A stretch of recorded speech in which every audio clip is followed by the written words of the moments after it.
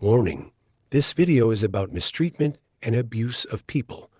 Some footage is for illustration purpose. The brothers' home was an internment camp, officially a welfare facility located in Bisan, South Korea during the 1970s and the 80s. The facility contained 20 factories and housed thousands of people, including homeless people and children taken from the streets, along with student protesters who opposed the government. Only 10% of internees were actually homeless. The camp was home to some of the worst human rights abuses in South Korea during the period and has been nicknamed Korea's Auschwitz by various Korean media outlets.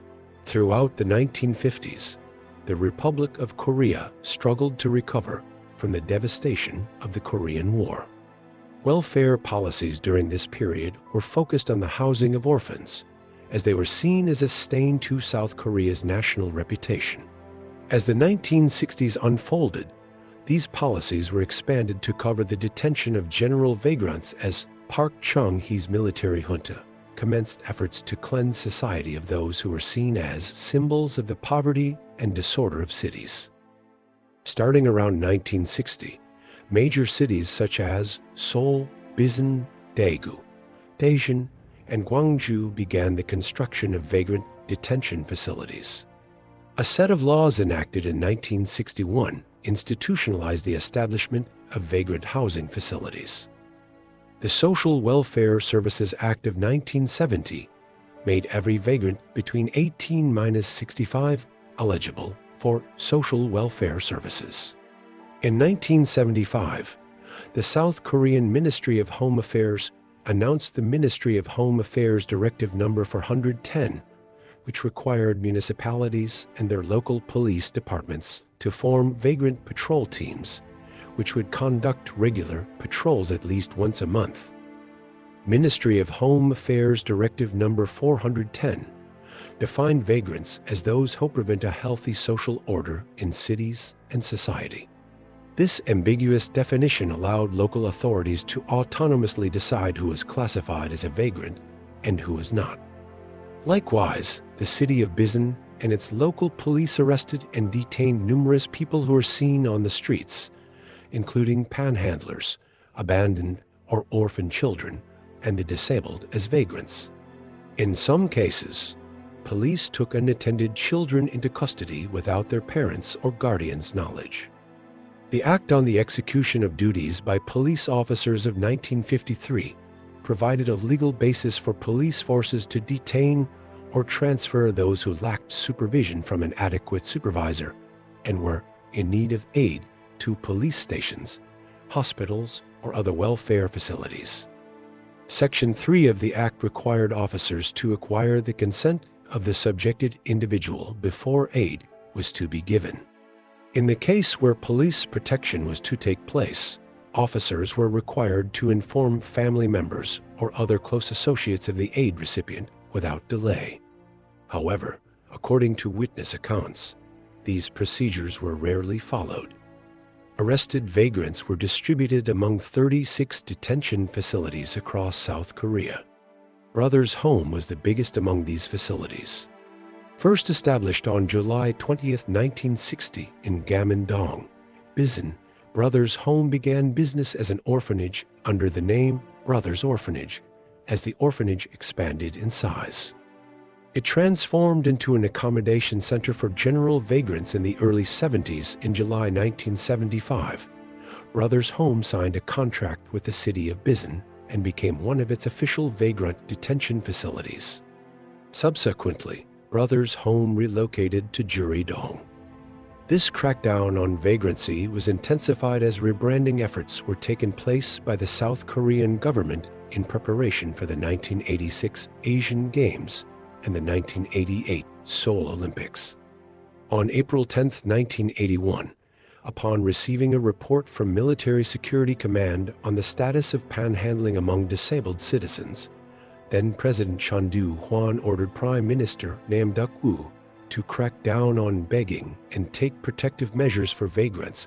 In October 6, Chun ordered Nam to make sure no panhandlers are on the streets of Seoul before the 1988 Olympics. In August 1982, a man with the surname Kang submitted a petition asking the government and police to investigate his brother's mistreatment while held at brother's home. The case was handled by the Bisan Bukbu police station, which arranged a meeting between Kang and Park In-goon, who was then the director of the center. Park took legal action against Kang for false accusation, and Kang was sentenced to 8 months in prison on December 23, 1982. In December 1986, Kim Yong-won, a prosecutor from the District Prosecutor's Office of Ulsan, set out on an investigation after hearing rumors from a local hunter that a group of laborers were logging in a nearby mountain while being assaulted by guards armed with clubs. Kim discovered that the workshop, which was located on a mountain in Ulju County, Ulsan, was operating under orders from Park In-gen, director of Brothers Home. Kim reckoned that Park was subjecting inmates brought from Brothers to forced labor and launched a full-scale search and seizure investigation into the workshop and the center's main facility in Bisan. On January 16, 1987, the investigation, which included interviews of more than 100 inmates, guards, and executives of the center, concluded that the center's inmates, most of whom were of sound mind, had been transported against their will to and detained by the center, where they were subjected to forced, unpaid labor. A bank receipt indicating a deposit of 2 billion won was also found in a safe in the director's office. Following the investigation by the prosecution service, National Assembly members of the New Democratic Party subsequently conducted an independent investigation into Brothers. The party published its first report on the investigation on February 4, 1987. It concluded that, of the 3,975 inmates who were present at the center in 1986, 3,117 had been brought in by police and 258 by county officials. From 2022 to 2024, the South Korean Truth and Reconciliation Commission conducted a series of 3 investigations into the incident. Subsequent investigations into the incident revealed that the inmates at Brothers Home were subjected to serious violations of human rights, including arbitrary detention, enforced labor, torture, and sexual violence. The center was administered with an army-like chain of command to reduce administrative costs. One inmate was chosen as the commander of the facility, working directly under Director Park In-goon. Under the commander, 120 vagrants were grouped into a single residence as one platoon. Each platoon had a leader, general secretary, and team leaders, all of whom were selected inmates. Inmates were also subjected to collective punishment.